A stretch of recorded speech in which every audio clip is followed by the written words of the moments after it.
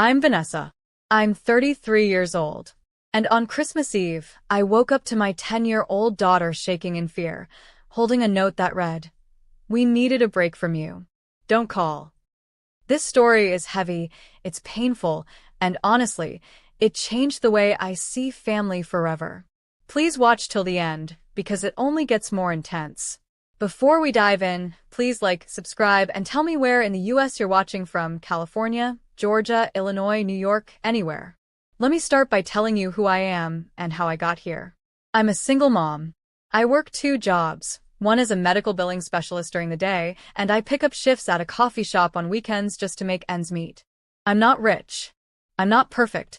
But I love my daughter more than anything in this world. Her name is Lily.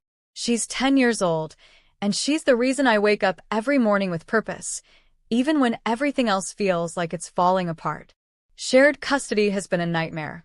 My ex, Daniel, he remarried 2 years ago and basically checked out of Lily's life emotionally. He shows up when it's convenient, when he wants to play the good dad in front of his new wife and her family.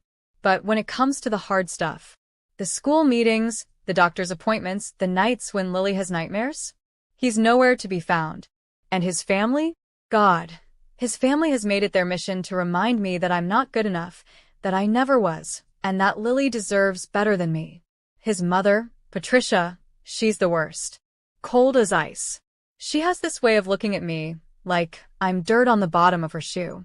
Every interaction is laced with judgment.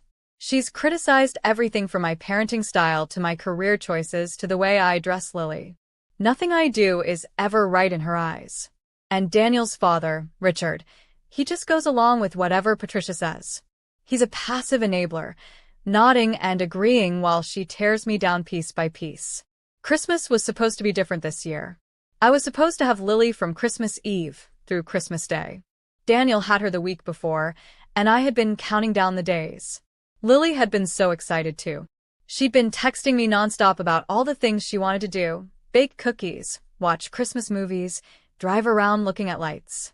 She wanted to build a gingerbread house and stay up till midnight on Christmas Eve. She'd been making lists and planning everything out with the kind of enthusiasm only a 10-year-old can have. I went all out preparing. I bought ingredients for cookies, I wrapped presents, I cleaned the apartment until it sparkled.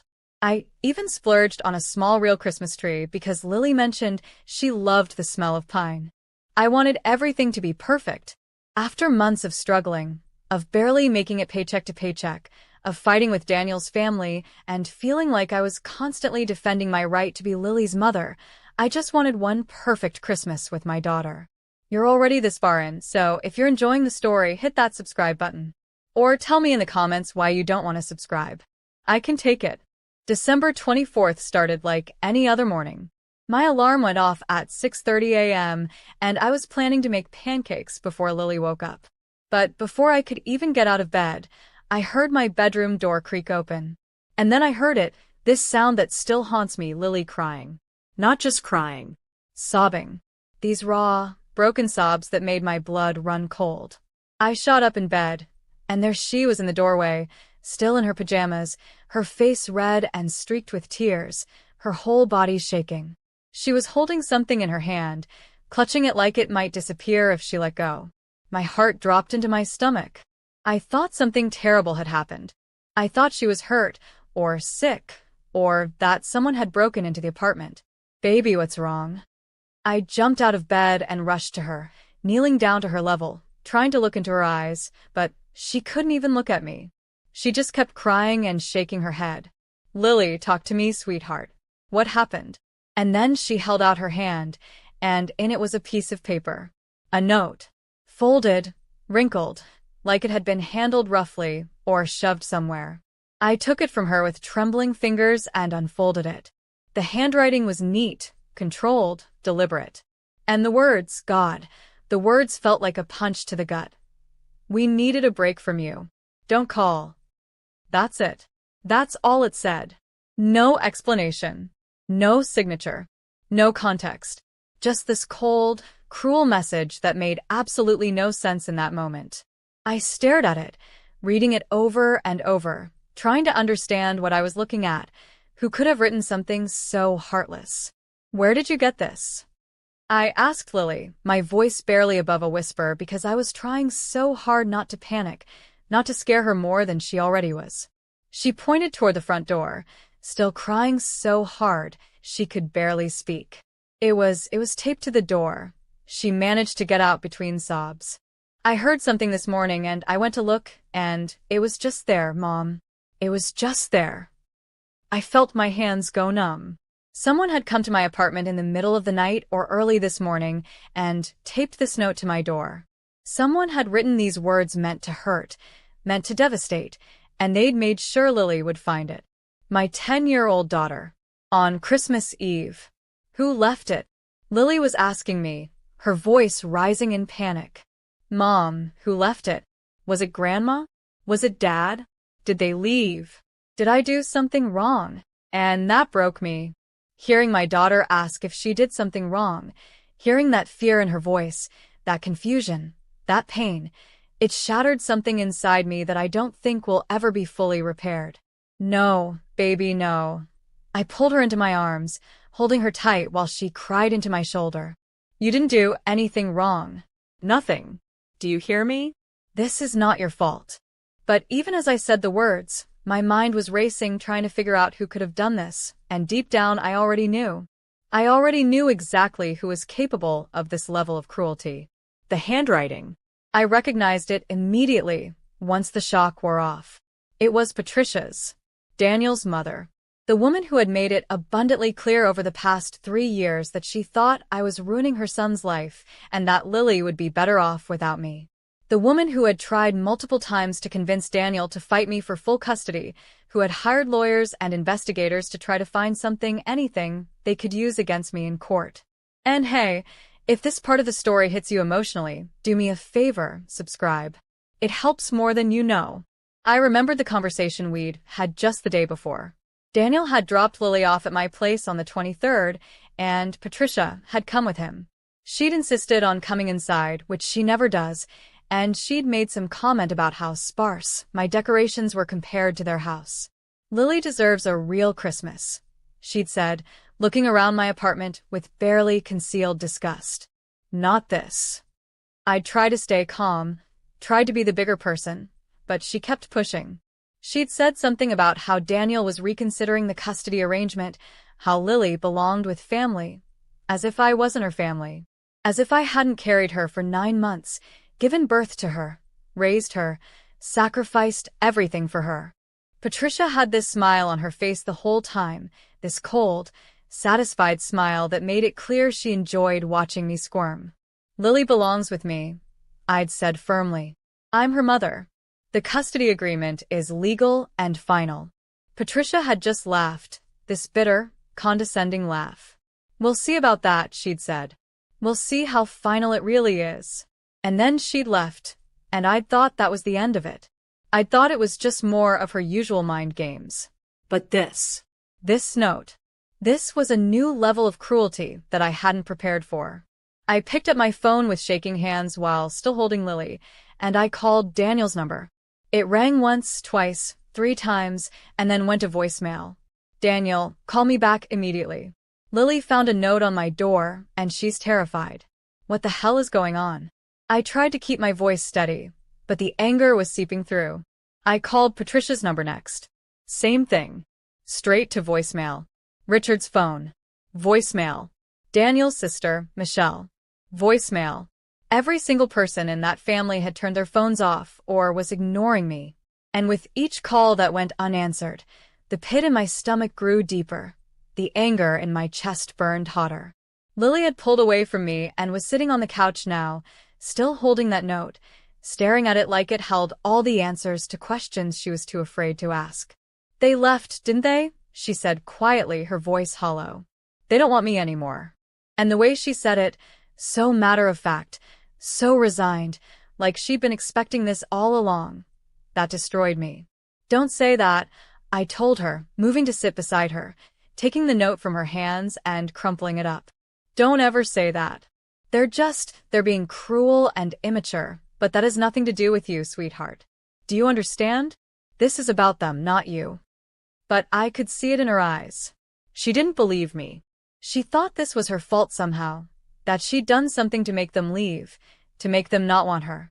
I spent the next hour trying to reach anyone from Daniel's family.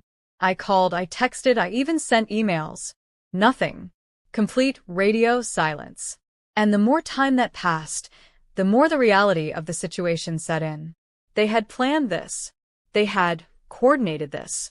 They had deliberately cut us off on Christmas Eve and left that note knowing exactly what it would do to Lily. The anger that had been building in my chest was becoming unbearable. I wanted to scream. I wanted to break something. I wanted to drive to their house and bang on the door until they answered, until they explained themselves, until they looked my daughter in the eye and told her why they thought it was okay to abandon her on Christmas Eve. And so that's exactly what I decided to do. Get dressed, Lily, I told her, standing up from the couch. We're going to Grandma and Grandpa's house. She looked at me with wide eyes, fear and hope mixing together in her expression. Are they there? She asked. Are they going to talk to us? I didn't know the answer to that, but I wasn't going to sit in my apartment wondering. I was going to get answers, and I was going to make them face what they'd done. The drive to Patricia and Richard's house is only 20 minutes, but it felt like hours. Lily sat in the passenger seat, completely silent, staring out the window. She wasn't crying anymore, but somehow the silence was worse. She'd retreated into herself, and I could see her pulling away, shutting down emotionally to protect herself from more hurt. And I hated them for doing this to her. I hated them with every fiber of my being. If you're still watching, you clearly care about this story. So, why not subscribe? Seriously, tell me in the comments if there's a reason you don't want to. We pulled up to their house at around 9 a.m. And the first thing I noticed was that the driveway was completely empty. No cars. Not Daniel's truck, not Patricia's SUV, not Richard's sedan. Nothing. The house was dark. Every light was off. The Christmas decorations they'd had up the last time I drove by were gone. The wreath on the front door was gone. Everything was gone. I parked the car and sat there for a moment, staring at the empty house, trying to process what I was seeing. They'd left. They'd actually left town. On Christmas Eve. Without telling Lily. Without saying goodbye. Without any explanation beyond that cruel, heartless note. And as I sat there, the pieces started falling into place. This wasn't a spontaneous decision. This was planned. They'd taken down their decorations, packed up, and left, all while knowing that Lily was expecting to at least hear from them, if not see them, during the holidays. They're not here, Lily said from beside me, her voice small and broken. They left. And then she started crying again, but this time it was different. These weren't the panicked, confused tears from this morning. These were tears of heartbreak, of betrayal, of a child realizing that the people she loved had chosen to hurt her. She buried her face in her hands and sobbed, and I felt my own tears start to fall. I reached over and pulled her into my arms as much as the car seats would allow. I'm so sorry, baby, I whispered into her hair. I'm so sorry they did this to you. You deserve so much better than this. And we sat there in that car, in front of that empty house, and we cried together. For the first time in years, I allowed myself to cry in front of my daughter, to show her that I was hurting too, that her pain was my pain. After a few minutes, I pulled myself together enough to start the car. Come on, I said gently. Let's go get some breakfast. We're not spending Christmas Eve in this driveway. Lily nodded, wiping her face with her sleeves, and I backed out of the driveway, giving that empty house one last look before driving away. I hoped I'd never have to come back here again. I took Lily to our favorite diner, a little place called Rosie's that we'd been going to since she was in kindergarten. It was decorated with cheap Christmas lights and paper snowflakes, and the staff all wore Santa hats. Normally Lily loved this place, but today she just sat in the booth across from me, staring at the menu without really seeing it. I ordered her favorite, chocolate chip pancakes with whipped cream, and got coffee for myself, though I doubted I could eat anything with how my stomach was churning. While we waited for the food, I tried calling Daniel's family again. Still nothing. Not a single response. And then my phone buzzed with a text message. Finally, I thought. Finally, someone had the decency to respond. But when I looked at the screen, I saw it was from Michelle, Daniel's sister. And what it said made my blood boil. We needed space from all the drama. Lily will understand. Don't drag her into it. I stared at that message for a long moment, reading it over and over, unable to believe what I was seeing. Space from the drama? Lily will understand. Don't drag her into it? As if Lily wasn't already dragged into it the moment they taped that note to my door. As if Lily wasn't the one who found it, who'd spent the morning crying and thinking she'd done something wrong. As if Lily wasn't sitting across from me right now, heartbroken and confused, because they had abandoned her without explanation. The anger that had been simmering inside me all morning finally boiled over. My hands were shaking as I opened the voice message feature on my phone. I excused myself from the booth and walked outside the diner, taking deep breaths of cold December air, trying to calm myself enough to speak without screaming. And then I hit record. Michelle, this is Vanessa. I'm going to say this once, and I want you to listen carefully and then pass this message along to Patricia, Richard, and Daniel. What you did today was not about space or drama. What you did today was abandon a 10-year-old child on Christmas Eve. You left a note on my door that you knew Lily would find, a note that terrified her and made her think she'd done something wrong. You didn't have the decency to call, to explain, to say goodbye. You just disappeared like she doesn't matter. I paused, feeling tears stream down my face, but I kept going. Lily spent this morning crying, thinking her family abandoned her. Because you did. You abandoned her. And you know what? The only drama here is your selfishness, your cruelty, your complete and total inability to put a child's needs before your own egos. You wanted space? Fine. You have it. Permanently. Don't contact me. Don't contact Lily. We're done with all of you. I hit send before I could second-guess myself. And then I blocked Michelle's number. I went through my contacts and blocked Patricia, Richard, and Daniel. Every single one of them. I was done. I was done being treated like I was nothing, done watching my daughter be hurt by people who were supposed to love her, done trying to make peace with people who had declared war on me the moment Daniel and I separated. When I walked back into the diner, Lily was picking at her pancakes, moving the food around her plate without eating. I slid back into the booth across from her and reached across the table to take her hand. Lily, look at me, I said gently. She looked up, her eyes red and puffy. I need you to hear something, okay? What happened today is not your fault. It's not about you at all. Your dad's family made a choice, a really terrible choice, and they're the ones who have to live with that. Not you. But why? She asked, her voice cracking. Why would they do this? Did I do something? Was I bad? And my heart shattered all over again. No, sweetheart. No. You're not bad. You are perfect exactly as you are. Sometimes adults make choices that don't make sense, that hurt people they're supposed to love. And those choices say everything about them and nothing about you. She nodded slowly, but I could tell she was still processing, still trying to make sense of something that would never make sense. What are we going to do now? She asked. And that's when I made a decision. I wasn't going to let them ruin Christmas. I wasn't going to let their cruelty define this day. Lily deserved better than that. She deserved a Christmas filled with love and joy, not tears and heartbreak. And if this ending warmed your heart even a little, then subscribe. Or let me know in the comments why you're holding back. I'm genuinely curious. We're going to have the best Christmas Eve ever, I told her, squeezing her hand. Just you and me. We're going to go to the store and buy more decorations, and we're going to make hot chocolate, and we're going to watch every Christmas movie you want. We're going to stay up late and eat cookies and do everything you wanted to do. Because you know what? We don't need them to have a good Christmas. We have each other, and that's more than enough. For the first time all morning, I saw a small smile appear on Lily's face. Really? She asked. Just us. I nodded. Just us. And it's going to be amazing. She took a bite of her pancakes then, and I felt a tiny bit of relief. We were going to get through this. We were going to be okay.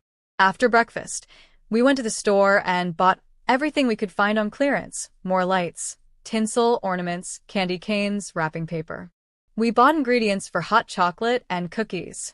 We bought a cheap karaoke machine that Lily had been eyeing. We bought silly matching pajamas with reindeer on them. I didn't care about the cost. I swiped my credit card over and over, knowing I'd figure out how to pay for it later. Right now, all that mattered was Lily's smile getting a little wider with each item we added to the cart. When we got home, we spent the entire afternoon decorating. We strung lights everywhere, around the windows, along the walls, wrapped around the little Christmas tree. We hung ornaments and tinsel until the apartment looked like a Christmas explosion. We played music loud, singing along at the top of our lungs. We made hot chocolate with way too many marshmallows and sprinkled candy cane pieces on top. We baked cookies, gingerbread men that we decorated with icing and sprinkles, making the ugliest, most wonderful cookies I'd ever seen. Lily laughed while decorating, making faces on the gingerbread men, giving them crazy hairstyles with the icing. And hearing her laugh, really laugh, after everything that had happened that morning, it felt like a miracle. As evening came, we changed into our matching pajamas and set up a movie marathon. We watched all her favorites: Elf, Home Alone, The Polar Express. We ate cookies and popcorn and more candy than was probably healthy. We sang along with the karaoke machine, butchering Christmas carols and laughing until our sides hurt. And somewhere around 10 p.m., as we were watching How the Grinch Stole Christmas, Lily leaned against me on the couch, her head resting on my shoulder. "Mom," she said quietly. "Yeah, baby?" I replied, wrapping my arm around her. "This is the best Christmas Eve ever," she said. And even though I knew she was still hurting, even though I knew this day would leave scars, I also knew she meant it. "I love you so much, Lily," I whispered, kissing the top of her head. "I love you too, Mom," she whispered back. And as we sat there together, surrounded by our Christmas lights and decorations, I realized something. We didn't need Daniel's family. We didn't need their approval or their presence. What we needed was each other. And that was something they could never take away from us. That night, after Lily fell asleep on the couch, I carried her to her bed and tucked her in. I stood in her doorway for a moment, watching her sleep, and I made a promise to myself and to her. I would never let anyone make her feel like she wasn't enough ever again. I would protect her from their toxicity.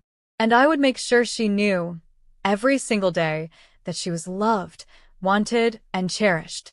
This Christmas started with cruelty and pain, but it ended with love and resilience.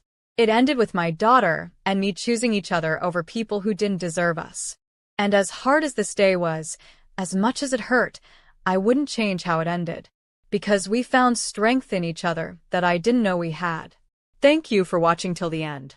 If you enjoyed this emotional Christmas story, hit like, subscribe, and share where in the US you're watching from. More powerful stories are coming.